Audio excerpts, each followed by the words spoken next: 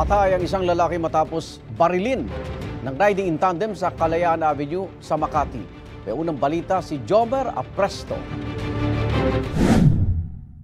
Mag-isang naglalakad sa bahagi ng Kalayaan Avenue sa Makati City ang lalaking ito na may bit-bit na bag pasado alas 10 kagabi. May nakabuntot sa kanyang riding in tandem. Hindi na nahagip ng CCTV ang mga sumunod na eksena pero umalingaw-ngaw raw ang mga putok ng baril na narinig ng gwardiya sa katapat na subdivision.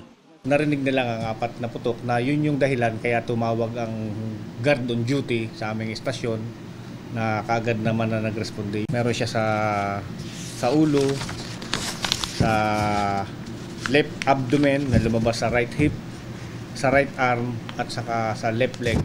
Hindi na raw umabot ng buhay sa ospital ang biktima. Sa ngayon, hindi pa matukoy ng pulisya ang pagkakakilanlan ng biktima.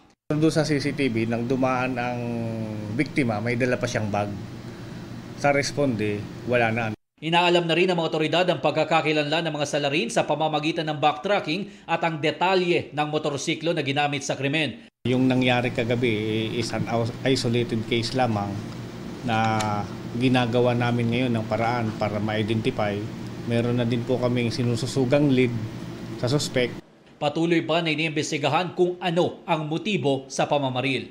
Ito ang unang balita, Jomer Apresto para sa GMA Integrated News.